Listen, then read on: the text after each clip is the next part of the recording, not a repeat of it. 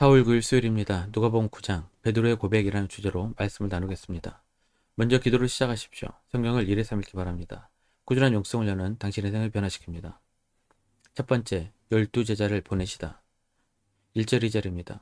예수께서 12제자를 불러 모으사 모든 귀신을 제어하며 병을 고치는 능력과 권위를 주시고 하나님의 나라를 전파하며 앓는 자를 고치게 하려고 내보내시며 예수님께서 전도를 위해 제자들을 파송하시면서 능력과 권위를 주셨습니다. 사도행전에서도 전도하는 자들에게 이런 권능이 임하게 된다고 말씀하셨습니다. 사도행전 1장 8절입니다. 오직 성령이 너희에게 임하시면 너희가 권능을 받고 예루살렘과 온 유대와 사마리아와 땅끝까지 이르러 내 증인이 되리라 하시니라. 전도는 내가 받은 능력으로 섬기면 됩니다. 주님 우리에게 성령의 은사를 주셨습니다. 은사대로 섬기고 베푸는 것이 전도입니다. 4절입니다. 어느 집에 들어가든지 거기서 머물다가 거기서 떠나라. 드리려고 하는 자에게만 전하면 됩니다. 그들에게 하나님의 평강이 임하도록 기도하십시오. 만약 드리려고 하지 않으면 굳이 억지로 잡아놓고 말할 필요가 없습니다. 5절입니다. 누구든지 너희를 영접하지 아니하거든 그 성에서 떠날 때 너희 바일에서 먼지를 떨어버려 그들에게 증거를 삼으라 하시니. 복음은 구걸하는 것이 아닙니다. 우리가 천국의 보호를 가지고 있는데 그 보호를 원하지 않는 자에게 구걸하면서 받으라고 할 필요가 전혀 없습니다. 전도 역할은 복음을 혹은 내가 경험한 하나님 나라를 이야기하는 것까지입니다. 두 번째, 오병이어의 기적. 12사도는 전도 여행에서 돌아와 전도 보고를 했습니다.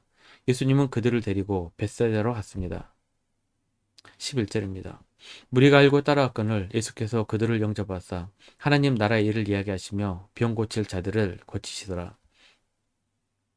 그런데 무리는 예수님을 쫓아 거기까지 찾아옵니다. 주님은 따라온 사람들을 귀찮게 여기지 않으시고 항상 불쌍히 여겨주셨습니다. 저녁이 되자 제자들은 사람들을 빨리 보내 먹을 것을 사 먹게 해야 한다고 말했습니다. 그때 주님은 이렇게 말씀하셨습니다. 13절 상반절입니다. 예수께서 이르시되 너희가 먹을 것을 주라 하시니. 너희가 먹을 것을 주라는 말씀이 매우 중요합니다. 사서 먹게 하라는 것은 누구라도 할 수 있는 말입니다. 나의 책임이 전혀 필요 없습니다. 하지만 주님은 우리가 책임을 가지고 일하시기를 원하셨습니다.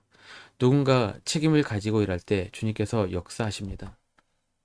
나의 것 혹은 누군가의 것인 떡 5개와 물고기 2마리를 내어놓았을 때 오병이어의 기적이 일어나게 됩니다. 책임도 없고 헌신도 없으면 기적도 없습니다. 주님은 우리에게 너희가 먹을 것을 주라고 말씀하셨습니다. 세 번째, 베드로의 고백. 18절입니다. 예수께서 따로 기도하실 때에 제자들이 주와 함께 있더니 물어 이르시되 무리가 나를 누구라고 하느냐.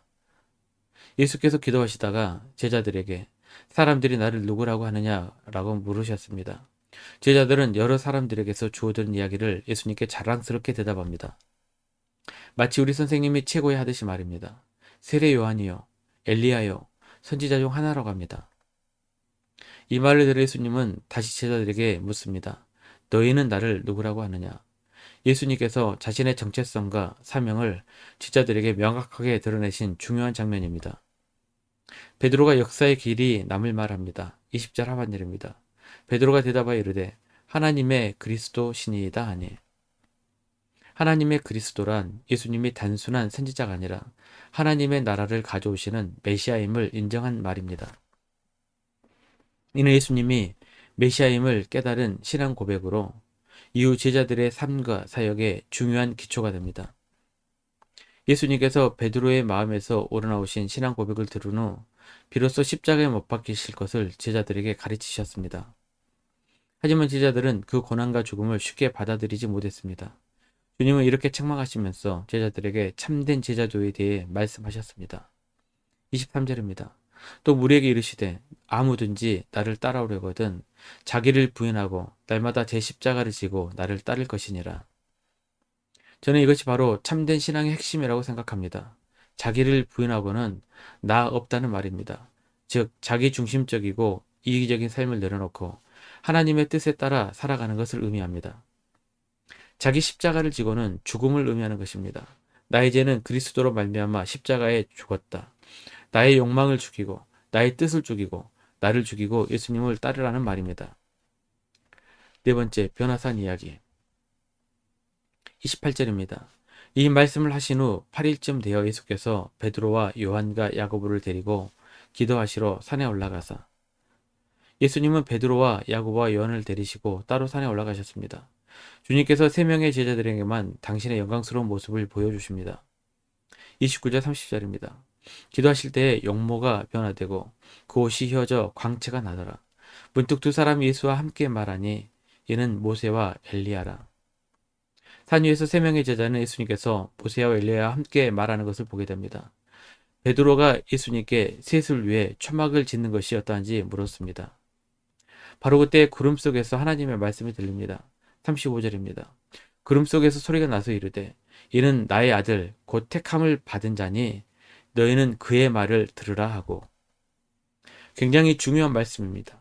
우리는 예수님의 음성을 잘 들어야 합니다. 그런데 주님의 음성을 듣는 것을 그다지 중요하게 여기지 않는 사람들이 많습니다. 주님의 말씀 대신 어떤 유명한 사람의 말에 더 매혹적으로 끌리기도 합니다. 모세나 엘리야 같은 능력의 종의 말씀을 쫓아다닙니다. 사람의 말은 아무리 유명세가 있다 해도 한낱 연약하고 제약된 인간의 말일 뿐입니다. 주님의 말씀이 분명히 있는데 왜 엉뚱한 말에 귀를 기울입니까? 주님의 말씀에만 집중해도 우리 인생은 그렇게 넉넉하지 않습니다. 다섯 번째, 죽은 자들이 죽은 자들을 장사하게 하고. 59절입니다. 또 다른 사람에게 나를 따르라 하시니 그가 이르되 나로 먼저 가서 내 아버지를 장사하게 허락하옵소서. 예수님의 말씀과 이적을 듣고 본 사람들은 예수님을 따르고 싶어 했습니다. 주님께서 어떤 사람에게 따르라고 하시니 그가 장례를 먼저 치르고 따르겠다고 했습니다. 60절입니다. 이르시되 죽은 자들로 자기의 죽은 자들을 장사하게 하고 너는 가서 하나님의 나라를 전파하라 하시고. 부모의 장례까지 거절하다니 너무하는 것 아닌가 라는 생각이 들 수 있습니다. 하지만 이 구절은 예수님 당시 유대의 장례 문화를 모르기 때문에 생긴 해석의 오류입니다. 예수님 당시 가족 중 누군가가 죽으면 당일 세마포에 싸서 가족묘에 안치합니다. 보통 가족묘는 바위에 굴을 파서 만듭니다. 가족은 일주일을 애도하며 시간을 보내며 한 달간은 공적인 모임에 참석하지 않습니다.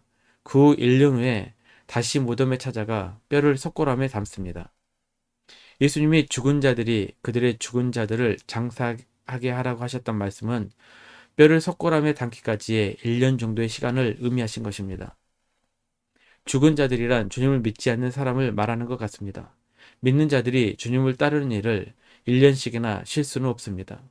우리는 날마다 주님을 따르는 제자의 삶을 살아야 합니다. 말씀 요약 및 적용입니다. 첫 번째, 책임도 없고 내 헌신도 없으면 기적도 없습니다. 주님 우리에게 너희가 먹을 것을 주라고 말씀하십니다. 두 번째, 믿는 자들이 주님을 따르는 일은 1년씩이나 쉴 수 없습니다. 우리는 매일매일 주님을 따르는 제자의 삶을 살아야 합니다. 1년 성경일도 주간계획입니다. 오늘은 수요일 11개와 10장에서 14장까지 말씀 천천히 묵상하십시오. 사울 중보기도 제목입니다. 5가지 기도 제목을 넣고 충분히 기도하시고 교회와 개인 기도의 시간을 가지시길 바랍니다. 가정에서 기도하시 힘드신 분들은 교회 나오셔서 주중 기도 시간 이용하시면 됩니다. 주중 기도는 새벽 6시부터 밤 10시까지입니다. 편하신 시간에 나오셔서 정기적으로 기도하시길 바랍니다. 하루 30분씩 최선을 다하시기 바랍니다. 그럼 여러분의 삶이 변화될 것입니다. 영상을 다 보신 분들은 확인 문자를 보내시거나 유튜브에 댓글로 달아주시면 정기적인 영성 훈련에 도움이 될 것입니다. 오늘 하루도 승리하시기를 기도합니다.